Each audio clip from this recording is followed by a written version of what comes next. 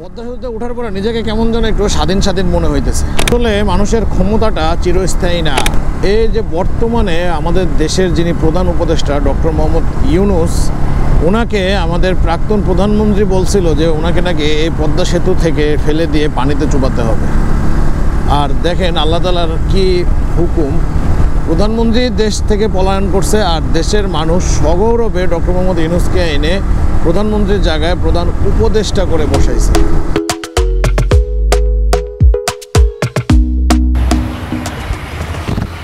আসসালামু আলাইকুম। নতুন পালসার N160 বাইকটা নেওয়ার পরে এখন পর্যন্ত বাইকটা রাইড দেওয়া হয় নাই। যদিও বাইক কেনা হয়েছে মোটামুটি 10 থেকে 12 দিন হয়েছে, আর ঢাকার ভিতরে অলমোস্ট 110 কিলোমিটারের মতো বাইক রাইড করে ফেলছি। তবে বাইকের এখনও নাম্বারও হয় নাই, কারণ দেশের চলমান পরিস্থিতির কারণে BRT এর কার্যক্রম দীর্ঘদিন যাবৎ বন্ধ, যে কারণে বাইকের নাম্বারও করা হয় নাই। আর বাইক নিয়ে যে একটা লং ট্যুর দিব সেটারও সাহস পায় নাই। তাই আজকে শনিবার চিন্তা করলাম যে ঢাকার আশেপাশ থেকে একটা শর্ট রাইড দেই, কারণ বাইকটারও ব্রেকিং শেষ করতে হবে। আর ব্রেকিং যত দ্রুত শেষ করতে পারবো তত দ্রুতই আমাদের জন্য ভালো হবে, তাহলে আর হাইওয়ে রাইডে বাইক নিয়ে পেরা খাইতে হবে না। যে কথা সেই কাজ, সেজন্য আজকে আমি আর আমার পিছনে হচ্ছে এই যে আমাদের সানি, দুজনেরই পালসার N160। মানে সানিরটা হচ্ছে ব্ল্যাক, আর যেহেতু সানির ব্ল্যাক সেহেতু আমারটা হচ্ছে লাল।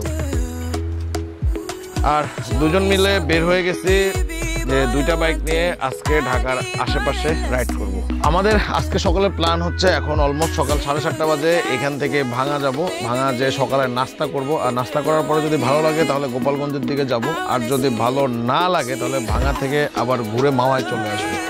মাওয়াতে নদীর পাড়ে যাব, একটু ঘোরাঘুরি করব, ঘোরাঘুরি করে আবার বাসায়। তাহলে চলেন গাড়ি স্টার্ট করি।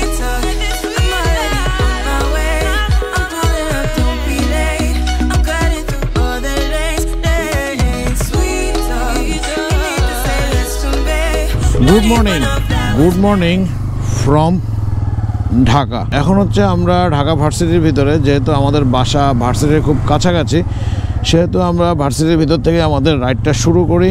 আর আজকের প্ল্যান যেটা সেটা তো বলেই দিছি। রাইড শুরু করার প্রথম দিকেই হুট করে বৃষ্টি নেমে যায়, যে কারণে আমাদেরকে প্রায় 10-15 মিনিটের একটা ব্রেক নিতে হয় আমাদের স্টার্টিংয়ের শুরুতেই। আর ব্রেক নেওয়ার পরে দেখেন ওয়েদারটা কত সুন্দর হয়ে গেছে। বৃষ্টি পরবর্তী প্রতিটা মুহূর্তই আসলে সুন্দর।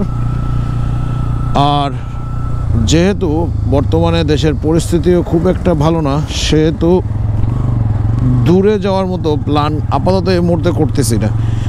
আগে বাইকের পেপারসটা হোক, এরপরে বাইক নিয়ে দূরে যাব তো অবশ্যই ইনশাআল্লাহ। আর হচ্ছে এখনই ঢাকার আশেপাশে রাইড দিয়ে আগে হাত ক্লিয়ার করতে হবে, মানে বাইকের সাথে নিজের অ্যাডজাস্টমেন্টটা ঠিক করতে হবে, এটা বেশি গুরুত্বপূর্ণ। বৃষ্টি শেষ হওয়ার পরে হঠাৎ করে মেঘের ফাঁক দিয়ে সূর্য উঠে গেছে, আর ঘড়িতে সময় হচ্ছে 7:56। সকালের রোদটা অনেক দিন পরে উপভোগ করতেছি, যেহেতু বাইক রাইড করা হইতেছে। আর মজার বিষয়টা হচ্ছে এই বাইকরা যথেষ্ট পরিমাণ আপরাইট। এই সেগমেন্টের যতগুলো কমিউটার বাইক আছে, অন্যান্য বাইকের তুলনায় পালসার N160 বাইকটা একটু আপরাইট হওয়ার কারণে মনে হচ্ছে আমি একটু উপর থেকে বাইক রাইড করতেছি। যখন CBR চালাইতাম সেটা সিটিং পজিশনটা ছিল স্পোর্টস, মানে আপনার লিন পজিশনে অনেকটা চালাইতে হইতো। আর এখন সোজাসুজি একদম স্ট্রেট হয়ে গেছে। বাট এটাও নেকেড স্পোর্টস কোনো অংশে কম না, যদিও CBR-এর মতো পাওয়ারফুল না, তারপরেও আলহামদুলিল্লাহ আমার জন্য যতটুকু দরকার এখান থেকে আমি অতটুকু আউটপুট পাচ্ছি। আর রোদটা এখন ঠিক চোখের উপরে লাগতেছে।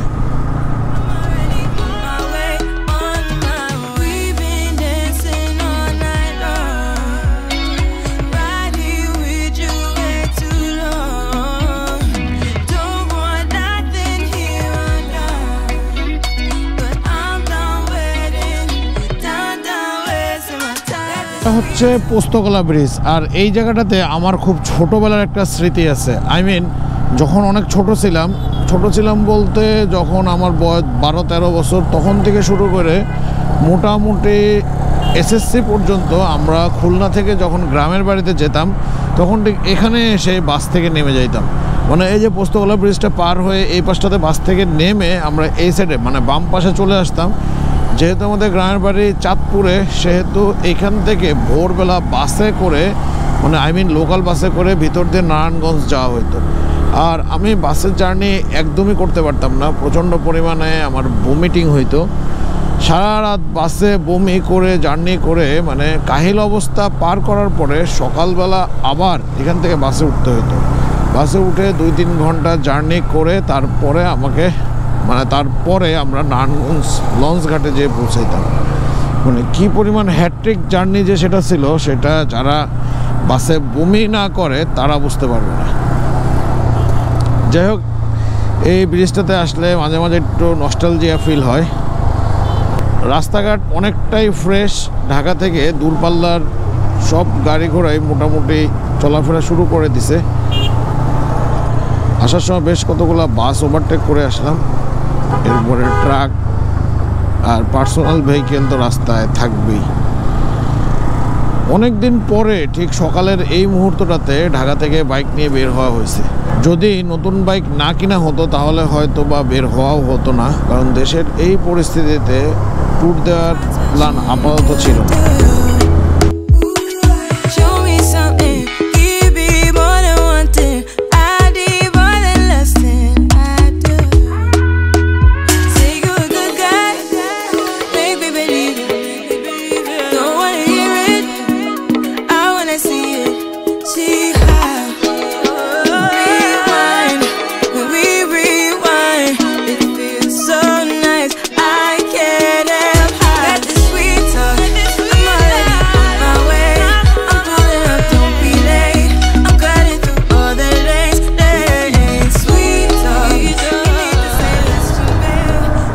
আর ঘুরতে ঘুরতে আমরা চলে আসছি জাতির পিতা হজরত ইব্রাহিম আলাইহিসসালাম এক্সপ্রেসওয়েতে। মানে মজার কাহিনীটা দেখছেন, জাতির পিতা বঙ্গবন্ধুরে বানাই দিয়েছে জাতির পিতা ইব্রাহিম আলাইহিসসালাম এক্সপ্রেসওয়ে। আর এক্সপ্রেসওয়েতে এখনও টোল নেওয়া মনে হয় শুরু হয় নাই।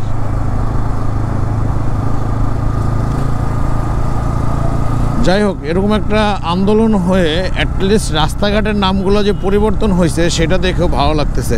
একটা এক্সপ্রেসওয়ের নাম কেন বঙ্গবন্ধুর নামে দিতে হবে ভাই, আমি এই জিনিসটা আমার মাথায় আসে না। যাই হোক, তার বাবা, তাদেরই সম্পত্তি, বাংলাদেশটা তো তাদেরই ছিল, সে কারণে হয়তো তারা দিছে। আর বাংলাদেশটারে তাদের কাছ থেকে স্বাধীন করা হয়েছে। এই কারণে যেহেতু প্রকৃত মুসলমানদের জাতির পিতা ইব্রাহিম আলাইহিসসালাম, তাই ইব্রাহিম আলাইহিসসালামের নামে রাস্তা দিয়ে দিছে। এটা আক্রোশ বশবর্তী করে করা হয়েছে। এটা হয়তো থাকবে না। নতুন যে সরকার গঠন হচ্ছে ওনারা হয়তো এগুলার একটা সুষ্ঠু সুন্দর নামকরণ করবেন। এখন পর্যন্ত বাইকটা 133 কিলোমিটার রান করা হয়েছে। আর আমার কাছে আলহামদুলিল্লাহ এটার পারফরমেন্স যথেষ্ট ভালো লাগতেছে। যেহেতু নতুন অবস্থায় সেহেতু মাইলেজ কিছুটা কম, তবে আশা করা যায় সার্ভিসিং দেওয়ার পরে এটার মাইলেজটা বেড়ে যাবে। সানির বাইকের মাইলেজ অলমোস্ট 50-এর কাছাকাছি সিটিতে। আশা করি এটাও ওরকম রূপ ধারণ করবে। আজকে খুব চমৎকার একটা মনসুন রাইড হইতেছে। সকালবেলা যখন বাসা থেকে বের হই, আপনাদের সাথে ভিডিওর ইন্ট্রো দেওয়ার পরেই বৃষ্টি শুরু হয়েছে। 10-15 মিনিটের ব্রেক নিলাম, ব্রেক নিয়ে তারপরে আবার স্টার্ট করলাম। এই এক্সপ্রেসওয়েতে উঠার পরে আবার গুড়ি গুড়ি বৃষ্টি শুরু হয়েছে।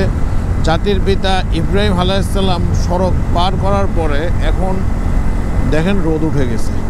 রোদ আর সাথে বৃষ্টিতে ভেজা রাস্তা, একদম নিট অ্যান্ড ক্লিন। এত সুন্দর লাগতেছে ওয়েদারটা।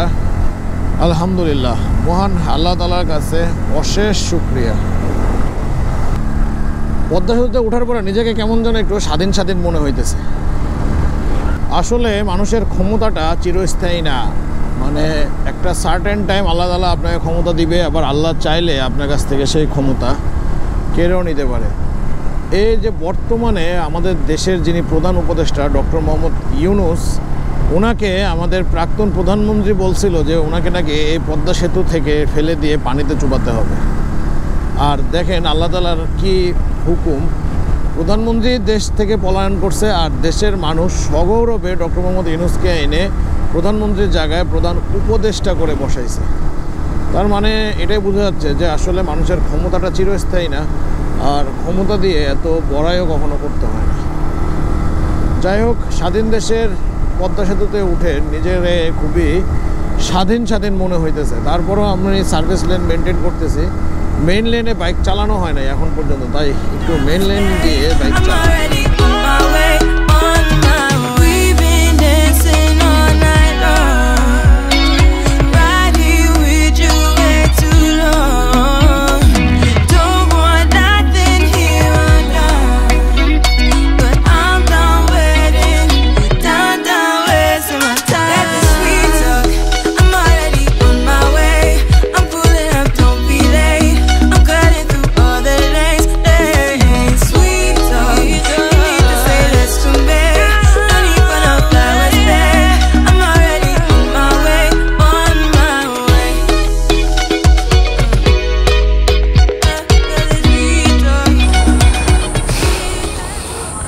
আর বৃষ্টি শেষ হইতে হতে আমরা চলে আসছি গ্রামের বাড়িতে।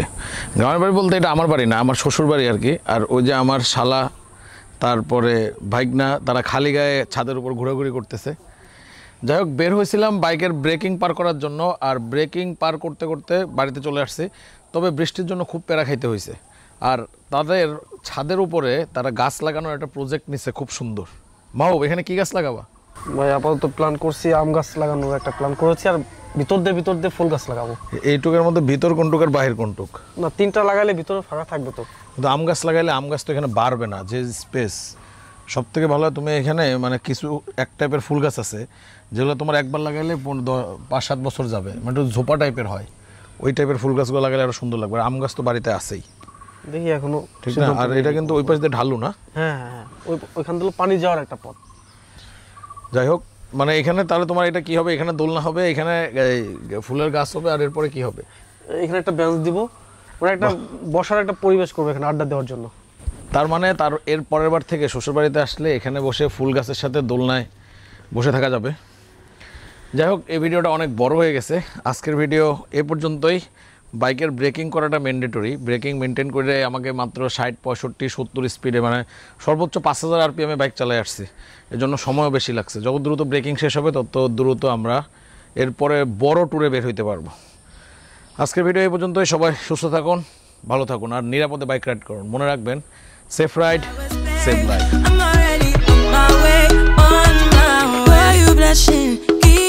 Sweet concussion, oh, you miss my touching.